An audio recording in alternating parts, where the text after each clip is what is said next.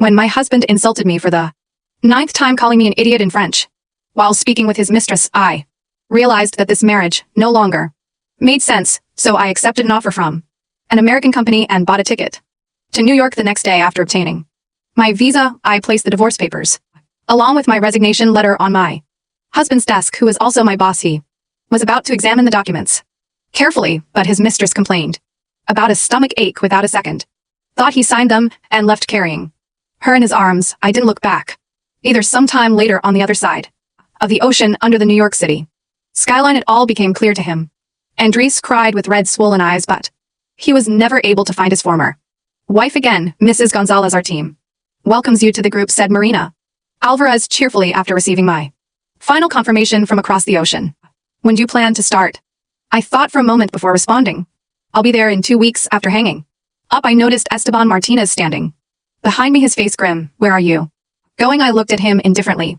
Abroad. Esteban laughed coldly. Don't be so dramatic. Just because yesterday was our 5th wedding anniversary and I brought Sophia with me, you're threatening to go abroad. I didn't give him any further explanation. He had no idea that I had understood the entire conversation he had with Sophia in French at the French restaurant, where he openly discussed his dissatisfaction with me over the past 5 years. Aside from working, doing laundry, and cooking, we have nothing in common. When I talk about enjoying life, she only talks about company benefits. She has no sense of romance. Marrying her is no different from hiring an employee. I deeply regret marrying her. Sophia laughed and replied jokingly, if I hadn't gone abroad back then, would you have chosen me instead?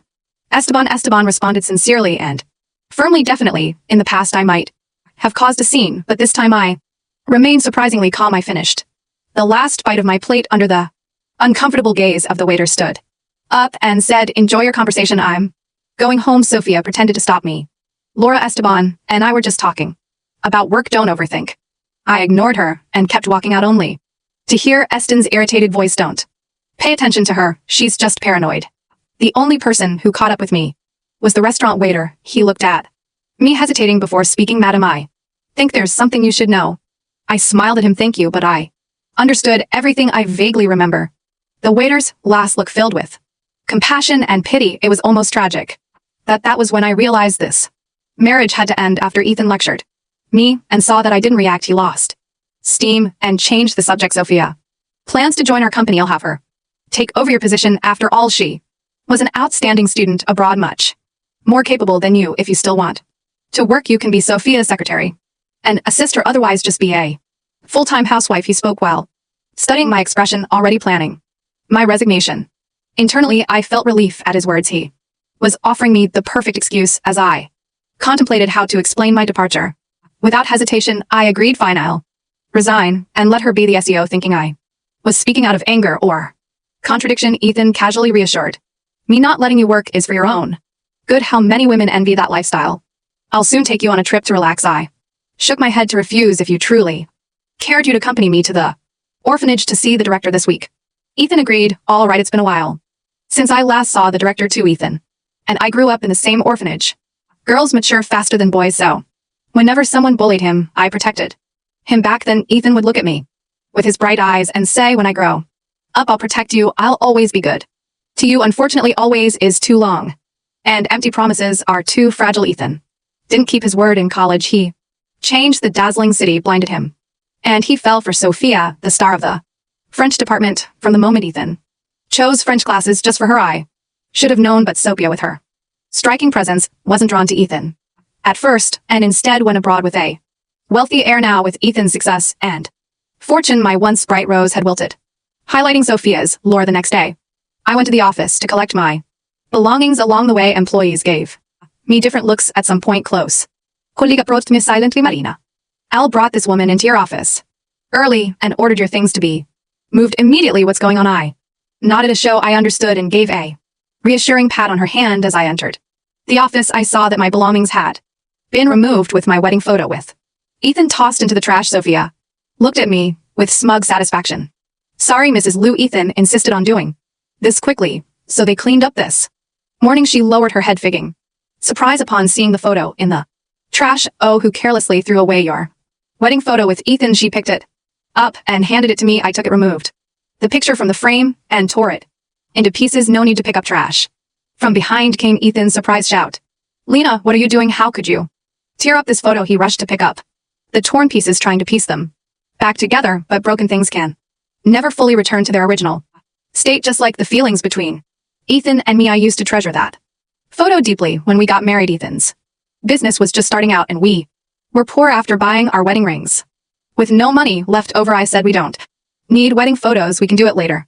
But Ethan insisted. I don't want you to feel like you missed out by marrying me.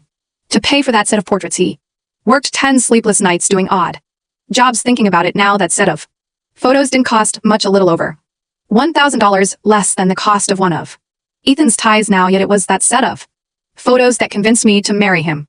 Even though I knew about his brief lapse in judgment, but the facts prove that once cracks appear, it's better to let go early. Ignoring Ethan's hysteria, I casually pulled out a document. Here are my resignation papers, sign them. Seeing my calm demeanor from last night until now, a rare flicker of anxiety crossed Ethan's face. He took the papers and looked them over. If you don't want to resign, we can talk it over. I'll arrange another position for Sophia. Panicking that her opportunity might disappear, Sophia clung to Ethan's sleeve, whining. Ethan ignored her and looked at me expectantly.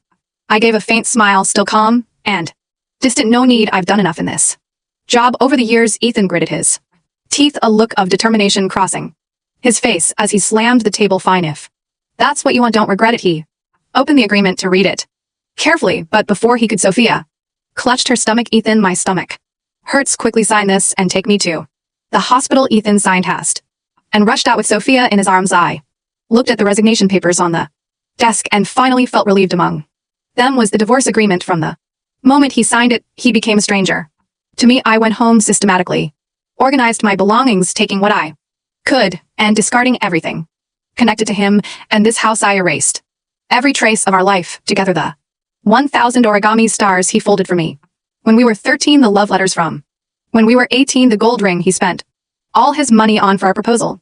Without love, these treasures now seem so cheap. Ethan returned around 8 p.m. looking like he had traveled far. Seeing the noticeably emptier place, he frowned and noticed my packed luggage. What are you doing? I made a casual excuse. There's too much clutter in the house, so I'm cleaning. He opened the closet skeptically and saw only his clothes.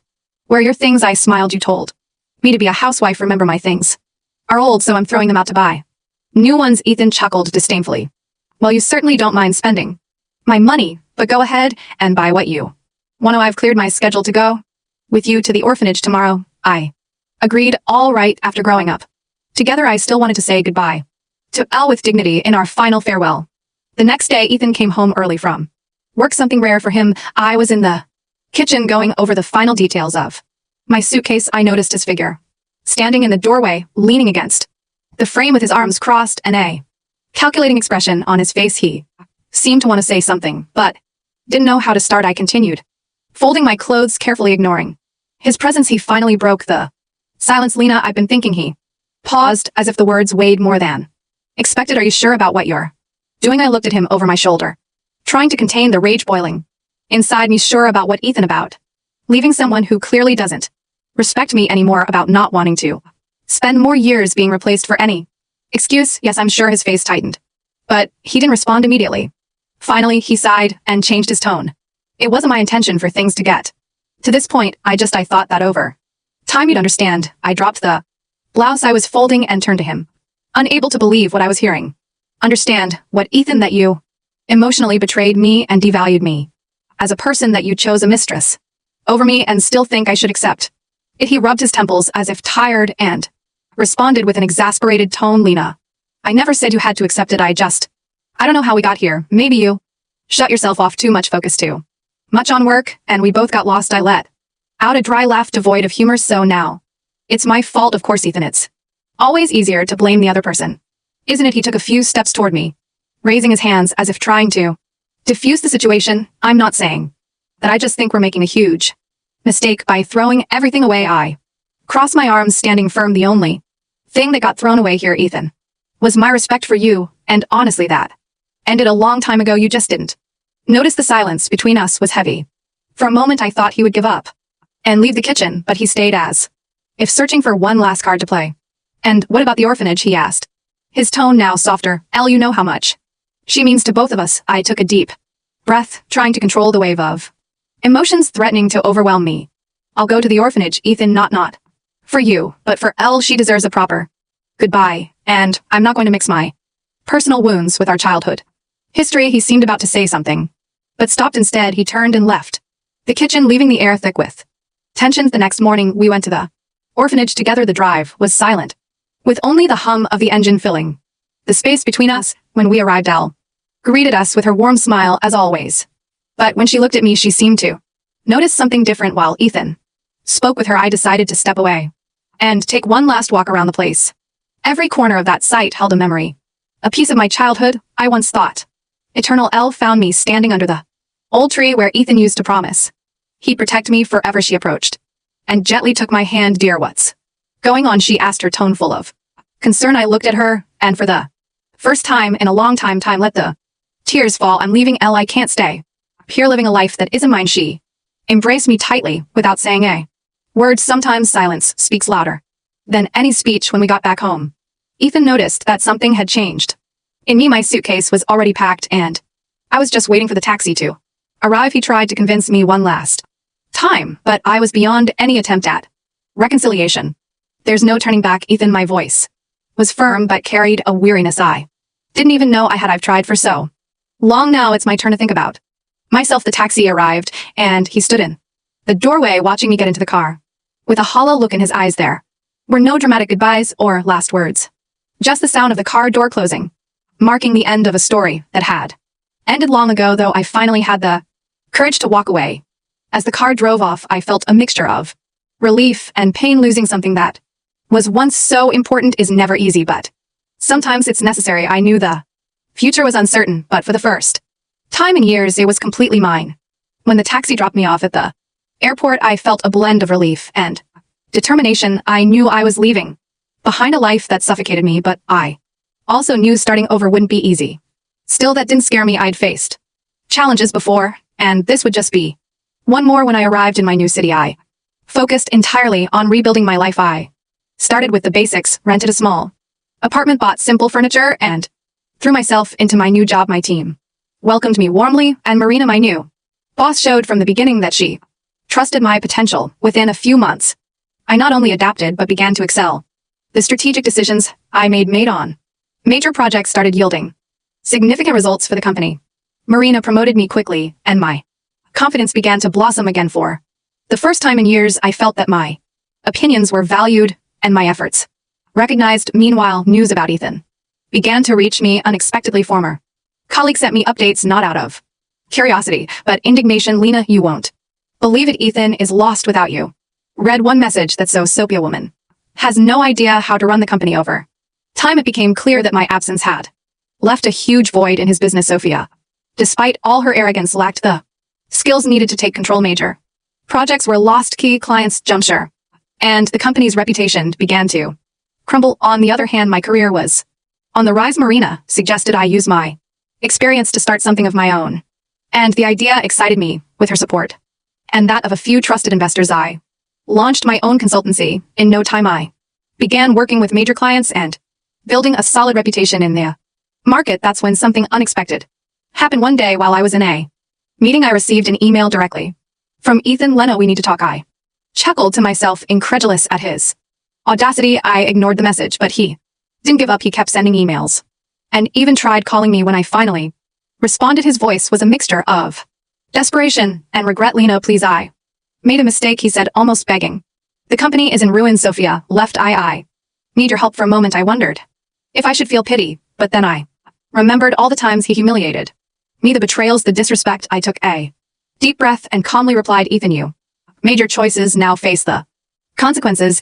I finally have the life I deserve, and there's no room for you in it. I hung up before he could respond. The feeling was liberating. A few months later, I learned that Ethan's company had declared bankruptcy. He lost everything: the luxurious house, the cars, and even the little respect he had left in the market. Meanwhile, my consultancy continued to grow, and for the first time in a long while, I felt at peace. On my birthday, I hosted a small celebration with friends and colleagues. Marina gave a heartfelt speech highlighting my resilience and strength. I looked around, seeing all the people who were now part of my life, and realized just how far I Had come, Ethan had tried to destroy me. But in the end, I was the one who came out on top, and him, he was left drowning in the consequences of his own choices. At last I was free to live, to dream, and to build the life I had always deserved.